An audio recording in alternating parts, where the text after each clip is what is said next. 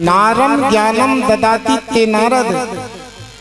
आपके चेहरे के 12 क्यों बजे हुए हैं? सनकादियों ने कहा महाराज कुछ मत पूछो, ऐसा कोई तीर्थ नहीं छोड़ा मैंने, ऐसा कोई धर्म नहीं छोड़ा, ऐसा कोई देवालय नहीं छोड़ा जहां नहीं गया, लेकिन ये मन को शांत नहीं मिला। अरे महाराज क्यों नहीं मिला? कि काल प्याल मुख ग्रास त्रास निर्वास हेतवे श्रीमद्भागवत शास्त्रम कलो क्रेण भासितम क्रेण सुकेन भासितम। महाराज संसार एक काल चक्र पड़ा हुआ है, ध्यान रखना। अभी अपन लोग बोलते हैं, एक घड़ी को बोलते थे काल चक्र, अब बोलते हैं समय का चक्र। इसलिए महाराज ऐसा मैंने कोई तीर्थ नहीं छोड़ा, ऐसा कोई, लेकिन महाराज एक जगह मैंने बड़ा विचित्र दृश्य देखा। कौन सा दृश्य देखा? बोले एक जगह पे एक नव युवती 2 बूढ़ों की हवा कर रही थी, पंखा कर रही थी, पानी पिला रही थी। अच्छा महाराज, मगर जैसे ही मैं उनके पास गया मैंने देखा कि जी माताएं बहनें रो क्यों रही हैं, चलो इनके कष्टों का निवारण करते हैं। जैसे ही मैं उनके पास जाने लगा तो फिर मैंने मन में सोचा कि देवियों की माताएं बहनों की आदत रहती है जल्दी रोने लगती हैं और जल्दी हंसने लगती हैं, इसलिए मैं पुरुष हूँ, इन स्त्री समूह में मेरा जाना उचित नहीं है, इसलिए मैंने वहां जाना उचित नहीं समझा। और मैं जैसे ही आगे बढ़ने लगा तो उस देवी ने मुझे आवाज लगाई, भो भो साधु क्षणम। महाराज रुकिए रुकिए रुकिए, कहाँ जा रहे हो? तुम्हारे जैसे संतों से तो दर्शन मात्र से मानव का कल्याण हो जाता है। कि पारस के परसन से लोहा कंचन होए, त्यों संतन के संग से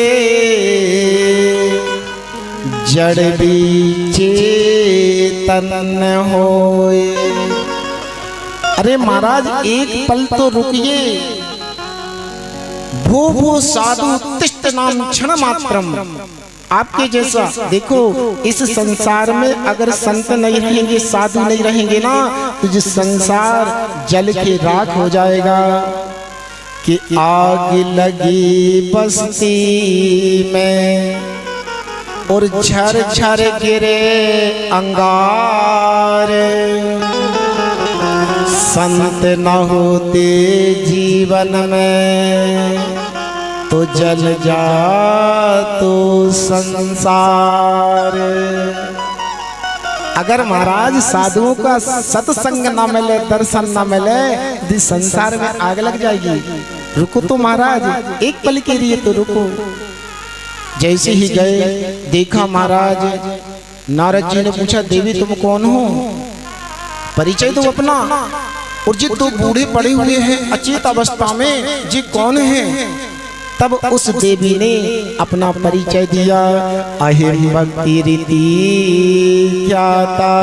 महाराज मेरा नाम है भक्ति, और जो अचेत अवस्था में जो पड़े हुए हैं ना, जो मेरे बेटे हैं 2, ज्ञान और वैराग्य। महाराज समय की विडंबना देखो, उल्टा चक्र चल गया। समय को तो ऐसा रहना चाहिए कि माँ को बूढ़ी रहना चाहिए और बेटे को जवान रहना चाहिए, लेकिन महाराज विडंबना जी बन गई है कि माँ नवयुवती बन के बैठी है और मेरे दोनों बेटे बूढ़े हो गए, ज्ञान और वैराग्य। नारद जी एक पल में स्थिति को समझ गए कि माँ का मातृ तत्व नहीं है बिगर अपने बेटे के। ज्ञान वैराग्य की बगैर भक्ति अधूरी है। इसलिए नारद जी तुरंत उनके पास में गए और महाराज जाके देवर्षि नारद जी ने उनके कानों में वेद मंत्रों का उच्चारण किया। और जैसे ही वेद मंत्रों को जाकर उच्चारण किया है, धीरे धीरे उपनिषदों का पाठ किया, धीरे धीरे करके सबका सार भागवती गीता भी सुना दी। एक बार नहीं, अनेकों बार। थोड़ी तो चेतना आई, लेकिन फिर मूर्छित हो गए। और जैसे ही मूर्छित भय, तुरंत सनकादियों ने कहा, महाराज चिंता क्यों करते हो, उपाय हमारे पास में है। माम चिंता कुरु देवर से।